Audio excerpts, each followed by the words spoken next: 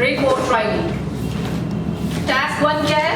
Report writing, जिसको solve करने के लिए आपको दिए जाते हैं 20 मिनट्स। राइटिंग का जो मॉड्यूल है वो है पूरा 1 hour का। We call it hour. Don't say hour. It's hour. Like sour, it's hour. This is sour, khatta. This is also called hour. Sour and hour. It's not hour, okay? British called it hour, but American pronounce it hour. So don't confuse if they say hour. हमारा नहीं है, लेकिन ये घंटा है। उसकी pronunciation भी सही है।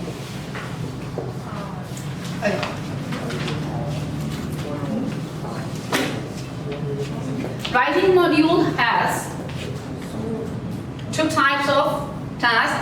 Task 1 is, what's that? Report writing. Report writing. In report writing, you are 7 types of reports. Number 1 is, Bar chart.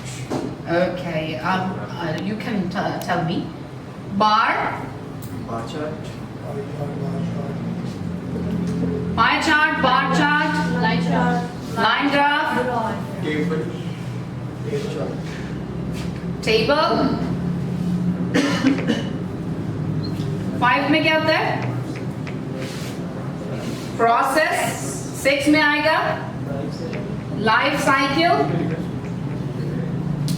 And the last one is maps.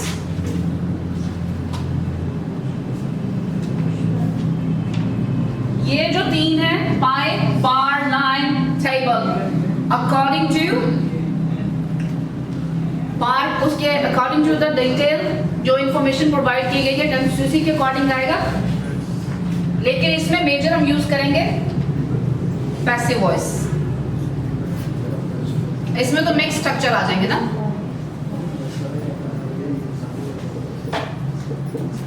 Mix आ जाएंगे, लेकिन इसमें ज्यादा कोशिश करेंगे पैसिव वॉइस इन तीनों में इस्तेमाल करें।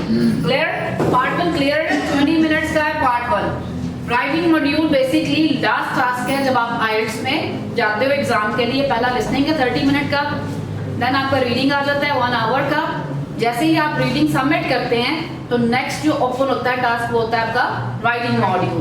So writing module has 1 hour time duration that is split into 2 parts. One is task 1 for 20 minutes and the task 2 lengthy है और ये है कितने मिनट का? 40 minutes. In 40 minutes they'll show you a prompt. आपको एक prompt नजर आएगा, आपने उस prompt से ऐसे लिखना है, ठीक है? उस prompt पे क्या लिखना है? ऐसे। अब वो कितने टाइप्स के ऐसेज है? 4 types.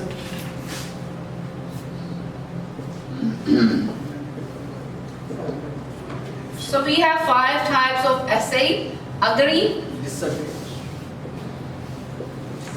Number 2, Advantage. Disadvantage. advantages and Disadvantages.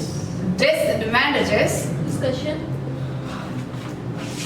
Problem solution. Double question. Problems, And solutions. their solutions, Discussion. discussion, Discussion. and the double Double question. questions. Opinion जो ऐसे है वो हमारा पहले वाला ऐसे ओपिनियन ही है। इसको हम somehow ओपिनियन ऐसे भी बोलते हैं या अग्री डिसअग्री। एक्चुअली तो उसमें आपने ओपिनियन ही देना होता है। यहाँ पे आपने बताना होता है इसके फायदे ज्यादा हैं या नुकसान ज्यादा है। यहाँ पे कोई प्रॉब्लम है तो उसके सॉल्यूशंस आते हैं। यहाँ पे डिस्कशन में क्या होता है? 2 ग्रुप्स होते हैं, दोनों की अलग अलग से ओपिनियन होते हैं, उनके बारे में उनके अकॉर्डिंग हमने डिस्कस करना है, देन आपका ओपिनियन और इसे सम अप करना है। IELTS 2026 में चेंज हो चुका है, इसमें अब डबल क्वेश्चन ज्यादा आता है, ठीक है? जितने भी अब एग्जाम्स हो रहे हैं ज्यादातर उसमें यही देखा गया है कि उनमें डबल क्वेश्चन ही आ रहा है। राइटिंग टास्क 1 में भी डबल आ जाता है, मैप या मैप के साथ आ गया, जैसे कि लाइन ग्राफ आ गया तो टेबल आ गया, बार के साथ टेबल दे देंगे, या पाई चार्ट है तो साथ में लाइन ग्राफ आ गया, किसी भी तरह से दो मिक्स करके दे देते हैं। तो ज्यादातर देखा जा रहा है इन दोनों में से दो आ जाते हैं, इधर भी दो ही चल रहे हैं, डबल डबल। सो इस तरह से इन्होंने थोड़ा सा टास्क 1 और 2 डिफिकल्ट कर दिए। इसकी स्टेटमेंट कैसी होगी कि डबल पे है? वो भी दिखाते हैं, वो भी डिस्कस करते हैं, सारी स्टेटमेंट्स 1 बाय 1 डिस्कस करेंगे। एक दिन में सारा कुछ अंडरस्टैंड नहीं होगा, लेकिन आपको मैं बताती हूँ किस तरह से होगी। पहले डिस्कस कर लेते हैं इनके पार्ट्स कितने हैं, ऐसे हमें कितने पार्ट्स में लिखना है और किस तरह से इसको डिवाइड करना है। ऐसे के बेसिकली 4 पार्ट्स हैं। How many parts are there? 4 parts. 4 parts. Introduction. Introduction, Body paragraph 1, body 1, body 2, body 2, and conclusion. Is there any limit about the body paragraphs? There is no limit. There is no limit for the body paragraph. You may add 3 or 4 body paragraphs if you have argument, if they are supporting your argument. ठीक है? अगर आप support कर रहे हैं, आपके argument support कर रहे हैं, देन आप 3 से 4 बॉडी पैराग्राफ बना सकते हैं। अकॉर्डिंग टू अस, उन्होंने कोई लिमिट नहीं दी। ब्रिटिश काउंसिल IDP की, अगर आप जाते हो ना उसके ऊपर ब्रांड डिस्क्रिप्टर पे, तो ब्रांड डिस्क्रिप्टर पे हमारे पास कोई लिमिट नहीं है कि इस पैराग्राफ में इतने वर्ड्स होने चाहिए। ये तो हमने आपकी आसानी के लिए उसको डिवाइड किया है कि कोशिश करें आप लोग 50 to 60 वर्ड्स यहाँ लिखिए, 100 वर्ड्स यहाँ लिखिए, 100 यहाँ, और कोशिश कीजिए इसे सम अप कीजिए 50 में। वैसे तो वर्ड काउंट जो है ऐसे का वो है 250 वर्ड्स, Minimum. ठीक है? ये मिनिमम लिमिट है, लेकिन आप अगर चाहें तो 450 तक जा सकते हैं, लेकिन जितना ज्यादा लिखेंगे उतने ज्यादा गलती के चांसेस इंक्रीज होते हैं। तो हम कहते हैं हाँ, कोशिश कीजिए आप 300 प्लस, यहाँ 350 वर्ड्स लिखिए, 400 तक हो जाए इट्स ओके, 450 भी होता है तो दैट्स ओके। ये लिमिट है, लेकिन उतना टाइम ही नहीं होता कि आप 40 मिनट्स में 400 प्लस वर्ड लिखे, क्योंकि आपने 150 तो इधर भी लिखने हैं, and we have limited time period, that is 20 here and 40 here. अगर आप सारा टाइम से दे दोगे तो इसका तो टाइम आप उसी में यूटिलाइज कर जाओगे। टास्क 1 उतना ही इंपॉर्टेंट है जितना टास्क 2। इसकी इंपॉर्टेंट 1/3 है, तो इसकी 2/3, राइट? ये इसका मार्किंग क्राइटेरिया है। अभी किन किन चीजों पे इवैल्यूएट आपका ऐसे होता है उसको करते हैं हम डिस्कस। नंबर 1 उसमें है, मैं इसको अरेज कर दूं, चलो मैं इसको यूटिलाइज करती हूँ। मार्किंग क्राइटेरिया जो है आपका वो 4 चीजें हैं, number 1, 2, 3 and 4। Task achievement. Yes. Task achievement. Coherent and cohesive. Grammatical range and lexical resources.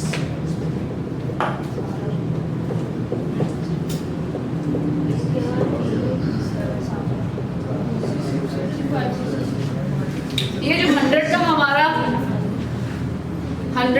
Circle है ना, वो 4 पार्ट्स में इक्वली डिवाइड करेगा। 25% जो है वो आपका टास्क अचीवमेंट आ जाता है, मींस 250 वर्ड्स, और टास्क के जितने पार्ट्स हैं उनको आपने फुली रिस्पॉन्स किया, that is your task response. ठीक है, पहले तो एग्जामिनर इस पे कमेंट करेगा कि आपने टास्क को प्रॉपर्ली रिस्पॉन्स किया है, जो आपसे डिमांड की गई थी डिस्कशन ऐसे में दोनों साइड्स और आपका ओपिनियन, और उसको अच्छे से सम अप कर दिया। यहाँ डबल क्वेश्चन था तो उसको कैसे टैकल किया, प्रॉब्लम है तो उसके सॉल्यूशंस कैसे आपने बताए हैं, एडवांटेजेस डिसएडवांटेजेस हैं, या डिस्कशन ऐसे है, जो भी है उसके अकॉर्डिंग आपने इसको रिप्लाई किया है, और वर्ड लिमिट आपकी पूरी है तो आपका टास्क जो है वो अचीव्ड है। उसमें अगर मिसिंग चीजें हैं तो वो उसके अकॉर्डिंग आपको बैंड दे देगा, 9 बैंड्स हैं उसके अकॉर्डिंग आ जाएंगे। ठीक है, उसके आगे 9 में से फिर आपको 5 वाला है, 7 वाला है, 4 वाला है, वो आपको अकॉर्डिंगली बता देगा कि आपका टास्क रिस्पॉन्स जो है वो कितने बैंड्स के अकॉर्डिंग है। CC जो है वो हमारा क्या है, कोहेरेंस एंड कोहेरेंस मींस एक पैराग्राफ का दूसरे पैराग्राफ के साथ लिंक नजर आना चाहिए। अगर आप शिफ्ट कर रहे हो अपने आइडिया को एक आइडिया से दूसरे आइडिया की तरफ जा रहे हो तो आपने लिंकिंग डिवाइस कौन सी यूज की है, प्रॉपर्ली उसके अकॉर्डिंग होनी चाहिए। अगर कॉन्ट्रास्ट का फिक्र है तो कॉन्ट्रास्ट वाली होनी चाहिए, ना कि एडिशनल वाली होनी चाहिए। एक बात को स्ट्रेंथन कर रही है तो एक कॉन्ट्रास्ट कर रही है ना। Linking device although yet not only for because since, ये वाले जो लिंकिंग डिवाइसेस हैं हमारी, उनको यूटिलाइज प्रॉपर्ली किया है आपने, अननेसेसरी तो नहीं किया। आपका कौन सा लेवल है, जो डिवाइसेस हैं वो 6 लेवल वाली हैं, 7 वाली बैंड वाली हैं, 8 वाली हैं, राइट। ये भी एग्जामिनर ने मार्क करना है, बिकॉज वहां पे एक एग्जामिनर नहीं मार्क कर रहा आपका, ऐसे 1 से 2 एग्जामिनर मार्क कर रहे हैं। थर्ड वाला जो है उसमें देखा जा रहा है कि आपका ग्रामेटिकल रेंज क्या है और उसकी एक्यूरेसी भी ऑब्वियसली चेक की जा रही है कि एरर फ्री आपके सेंटेंसेस हैं या नहीं है, राइट।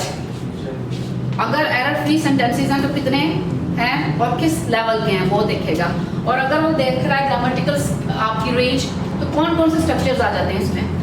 टेंस तो देखिए, फॉर्म ऑफ वर्ब देखिए, टेंस फॉर्म्स में उसी में आ जाता है ना, फॉर्म्स भी उसी में आ जाती है। सो देख रहा है 7 स्ट्रक्चर्स आपके पूरे होंगे।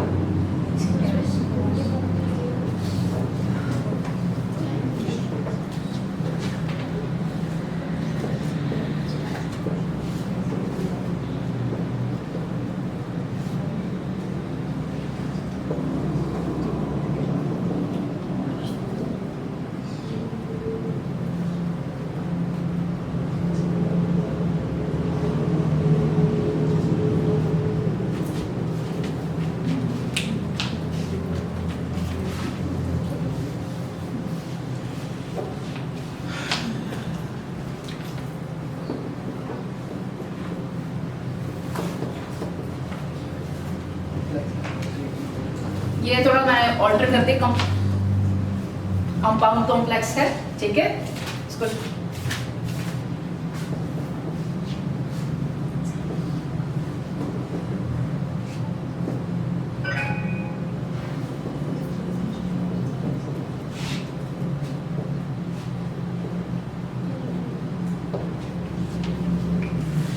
these are the 7 structures that the examiner is looking for, 7 band.